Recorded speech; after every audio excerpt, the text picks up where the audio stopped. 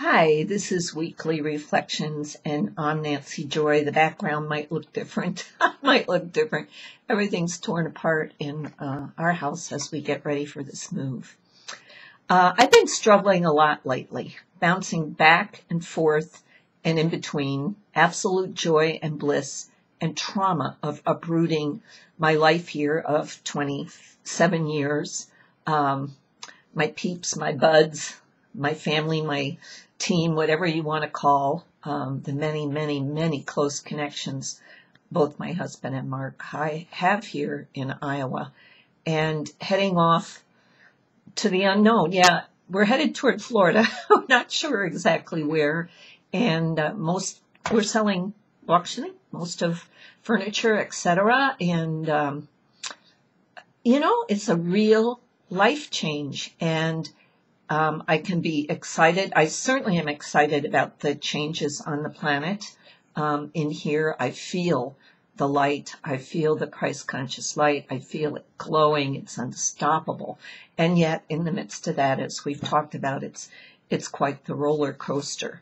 So I haven't done a reflections for a few weeks because, I had no wisdom to impart. I'm just, I'm on that ride and hanging on to the coaster and throwing my arms up and enjoying it and then screaming in fear. And, and it's all, there are no opposites. It's all part of the whole, which I find very exciting. But this is entitled In the House of Joy. And I was having a very rough time yesterday, last night, and this morning. And when I was on my email, I ran into an email from one of my faves, John Rappaport. If you don't know him, I have a link. NoMoreFakeNews.com is his site. And he's written a great book called Inside the Matrix and other books. I mean, he's very gifted man. And his sharing this morning was called In the House of Joy. And I read it, and it just blew my heart open. Back in 1994, I changed my name from Nancy to Nancy Joy. And it was because I was in the same place. My life had turned upside down. I was grieving. I was sad. Wasn't as much joy as I have now with this time. But and around my head one beautiful June morning fluttered all these hummingbirds, 5 of them to be exact, change, right? 5 is the number of change. And those 5 hummingbirds stayed with me most of the day, either at my window or when I walked out the door. They were around. So I looked in the Jamie Sands animal cards, and it said hummingbirds were the bringers of joy. And I thought, perfect. And the very next week I went down to the courthouse and I legally changed my name. And it's been, not to be trite, but a joy.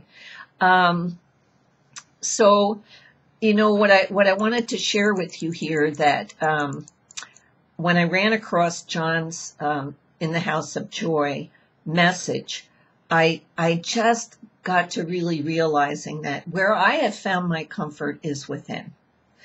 Gaia is within me, our galaxies within me, our solar systems within me, our universe is within me, source is within me, pure consciousness resides in me. And I can get to that space and I can hang out there, and it's great.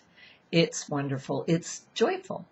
And I know it's always there. When I go into that space, the joy is there.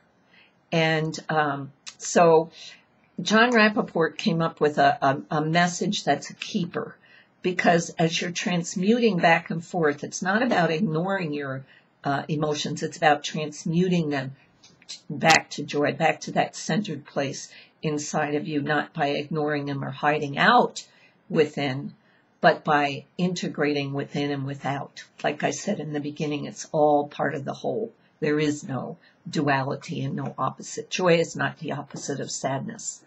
There is joy in sadness. And here's what I'm going to read, exactly what John wrote for you, and that's going to be the end of my reflections. So I printed the whole thing out here for YouTubers and on my email. So just close your eyes for a second and join me in the House of Joy.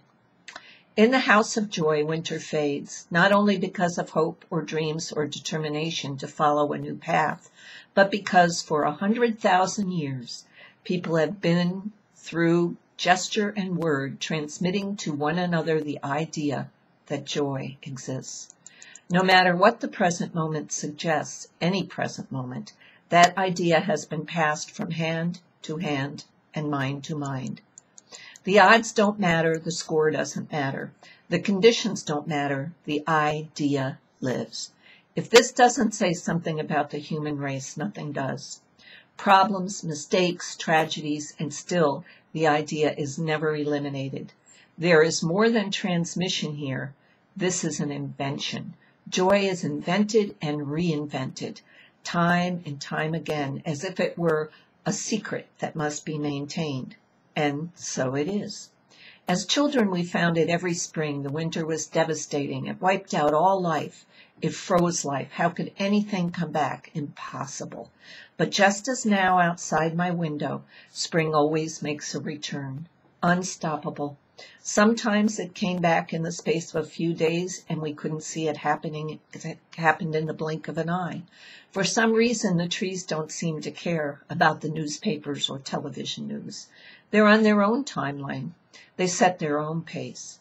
How many branches on all the trees in the world are there? They all know what to do and when. They don't have to wonder or plan or consider.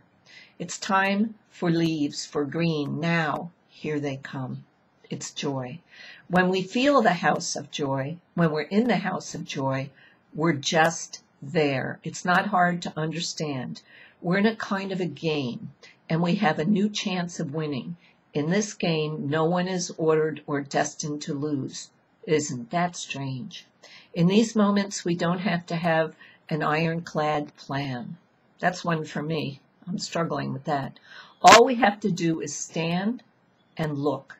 Tickets weren't printed. There isn't a box office. There isn't any place to look. But yes, there are hopes and dreams and the determination to make a new path. And for this short space of time, we're looking at this in the house of joy.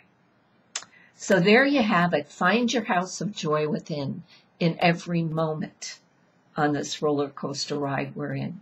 Catch the magic. Have a great week. I'd say I'll see you again next week, but I don't know what my life's bringing right now. So I will reflect to you when the pathway is clear, when I'm in the house of joy, and it's the time to do it. Take care of who you are. Bye-bye.